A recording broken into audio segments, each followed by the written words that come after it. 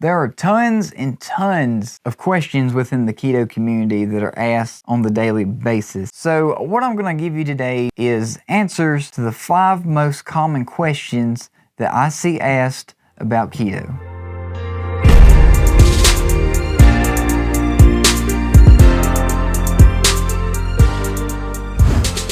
So starting off with number 1 is, what kind of carbs are acceptable on keto? Things that are not high glycemic carbs, things that don't spike your blood sugar real high, then spike your insulin, which kicks you out of fat burning. So the acceptable carbs, you want to make sure that you're getting carbohydrates that are coming from things like leafy greens, different kinds of nuts. Instead of making bread with regular flour, using almond flour or coconut flour. There's a lot of different ones. A lot of the stuff that's used in like the keto treats that still have carbs, but they may be coming from things that don't spike your blood sugar. Like, for example, erythritol. It counts as carbs, but it don't spike your blood sugar at all. So just keep it with low glycemic carbs and you'll be perfectly fine. Number 2 is going to be keto eating costs, your grocery bill. A lot of people all the time, and I even hear this with people that are just trying to eat just somewhat healthier in general, they say, oh, it costs more. I can't afford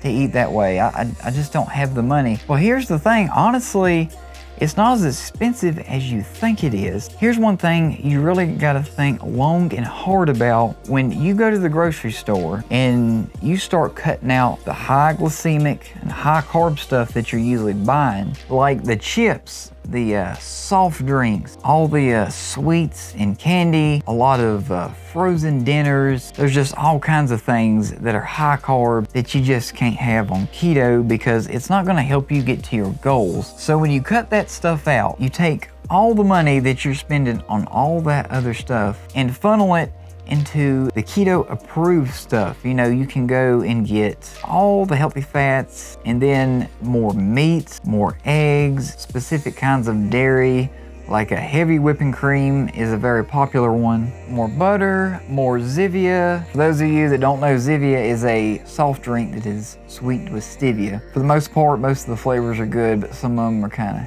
eh. But yeah, all that money can be funneled into that stuff. And something else to keep in mind is, since keto is high fat is going to provide a higher satiety when you're eating. So you might actually find yourself buying less food than you was when you was eating the other stuff. Carbs inherently actually end up making you more hungry. Fat doesn't. You've got all the money funneled and you've got the higher satiety from the foods that you're going to be buying. Number 3 is going to be, what makes keto superior to other ways of eating? I like to consider keto more of a way of eating and not a diet, but what makes it more superior is, let's break it down like this. This is the best way that I can put it. On one side of the board, which is the way you may be eating or used to eat, the standard American diet. It's full of unhealthy fats. It's full of high carb, high sugar, high additive, high preservative. Should I go on? It just has a ton of stuff that is just inflammatory, makes you gain tons of unwanted weight, makes you end up at the doctor, makes you get on medications you don't need to be on. I mean, that's self-explanatory. Anything just about is gonna be better than that. Let's move over to vegan. If you're vegan, you're watching this, just hear me out. Okay, I'm not bashing it, but from what I've seen, when you do vegan, if you're coming from a standard American diet, yes, you are gonna have some good effects right out the gate. You're probably gonna lose some weight. You're gonna be feeling a little bit better. But the bad thing is that unless you are taking heavy supplementation and you've got a gut that can digest tons of fiber, then that's not going to be an optimal lifestyle for you. Let's go ahead and go to keto. There's obviously a lot of other ones. I'm just giving some examples. With keto, it's high fat, okay? Like I said earlier, that gives more satiety when eating. And that's something that most of y'all know. Let's compare it to the 2 others. That's the best way how I can explain it's superior. Like I said, with the standard American diet, you've got a lot of just junk. You've got a lot of inflammatory fats like omega-6s and high amounts, a lot of high carb and high sugar. With keto, obviously,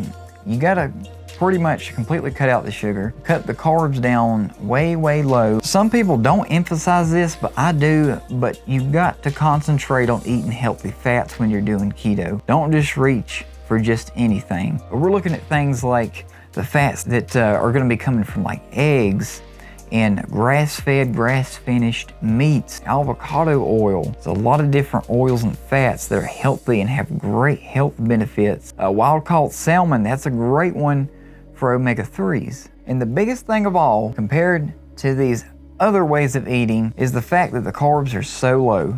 Because you got to think about it. When you eat carbohydrates, you spike insulin. Now, insulin is going to shut off fat burning. Always, because your body is going to go and burn up that glucose for energy over fat forever and always. And people think it's our primary fuel source. That's incorrect. It is not our primary fuel source. The body knows that glucose in high amounts is toxic to it. That's why it tries to get it burned up first, and then it starts running on fat again. And that's why I think keto is superior, because it allows us to naturally tap into our fat stores and burn them for fuel and get fat adapted and have a metabolic flexibility. That's the great thing about it, and most of us cannot do that. We can't go from burning glucose to fat just like that, boom. It don't happen like that. A period of time, the fat adaptation process. So that is why I really think it's superior. I hope that really covered it, and I know I've drugged this one out. Everything I just said was very important. So I hope you understand that. So let's move on to number 4 now. Number 4 is gonna tie in a little bit to the last one, but number 4 is keto safe to do long term? Is it okay? Is there any problems? Well, based on everything I just said, you can probably conclude that it is. Now, obviously, you always wanna be a little skeptical. You always wanna think, well, is there some effect from it that happens over doing it for a long period of time that we don't know about? There's a lot of people that have been doing this for a long time. The longest I've ever heard of someone doing keto was before it was even really known about or called keto, for 20 plus years. Guys, 20 plus years, have great blood values, and they're in tip-top shape. And some of these people are older people. They're in their 50s, 60s, some of them even 70s. Not only are they in tip-top shape for that age, but they do not look their age. Now, I could pull some fancy research up and present it to you like I do in some other videos, and some of those are relevant, but I want to answer this question in more of like somewhat discussing it with y'all. Even though you can't answer, but please leave a comment. Looking at that, you know, I've done it 4.5 years. That's definitely a lot shorter, but I have lost a lot of weight. I've gotten so much better shape. I feel better.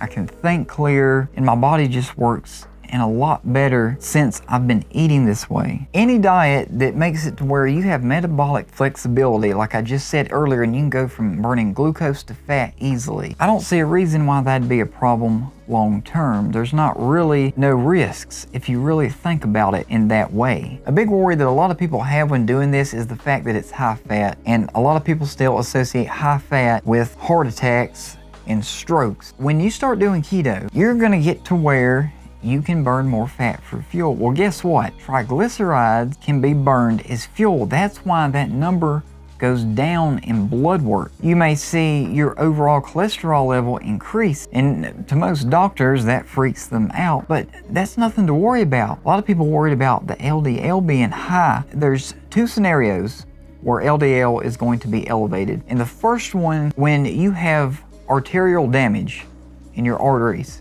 and the walls, that's when LDL is going to be elevated. But if you're doing keto and you're doing it correctly, that's not what's going to cause it to go up. What's going to cause it to go up is the fact that you're burning fat for fuel from your own body fat. To be able to transport that stuff from your fat into your liver where it's converted into ketones, that LDL is kind of like, you can kind of imagine it as like a vehicle. It's a carrier that takes the cholesterol and the triglycerides from the fat cell to the liver so that it can do what it needs to do with them. Once you get fat adapted and you're burning more of your own fat, you're gonna have to have more of those to mobilize that fat and use it than usual. It's really nothing to worry about.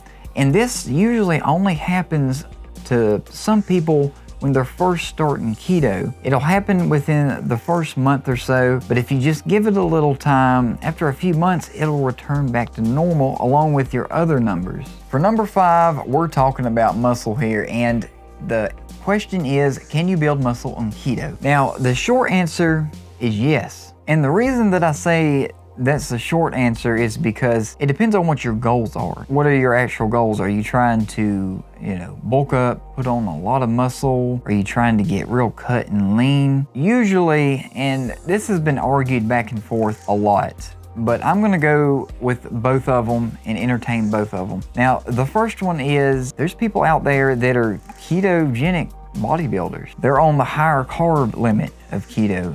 They're intaking up to the 50 carbs a day to help support their workouts, because when you're doing heavy weightlifting, you're not using ketones for that short amount of time, that burst of energy. You are using glucose. Looking at that, you would say yes, it's possible, because there are people that do that. Now, the other side of it is some people will say, yeah, you can, but it's a lot harder. They look at the fact that since you're not having many carbs, and most of the carbs preferably are supposed to be low glycemic, like I talked about earlier, the fact that you don't have a lot of insulin opening up the cells to let in all the nutrients and the protein and the stuff to help them rebuild is the argument that some people make. They say having more carbs means more insulin, which means more cells opening up even wider and receiving protein and other things to help recover and build. Now, both of them do make sense. Well, here's a third thing. If you look at something like the carnivore diet, we're talking about keto here,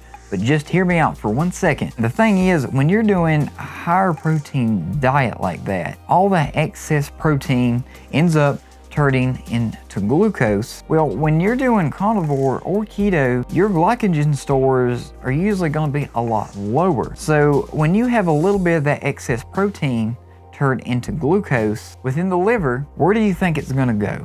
Okay, it's going to go to your muscle glycogen first. That is going to be the first priority that it's going to try to fill up before it goes and stores in your liver, and then when that overflows, it would begin storing in your fat. That's what makes the most sense to me. But once again, that's carnivore. How does that relate to keto? That's why the side of it where you've got keto bodybuilders that have the higher carb limit makes sense. As always, guys, I hope you enjoyed this, and if you have any questions that I didn't answer, please leave them in the comments and I'll get back to you as soon as possible. But keep it keto, keep it healthy, and I'll talk to you guys later.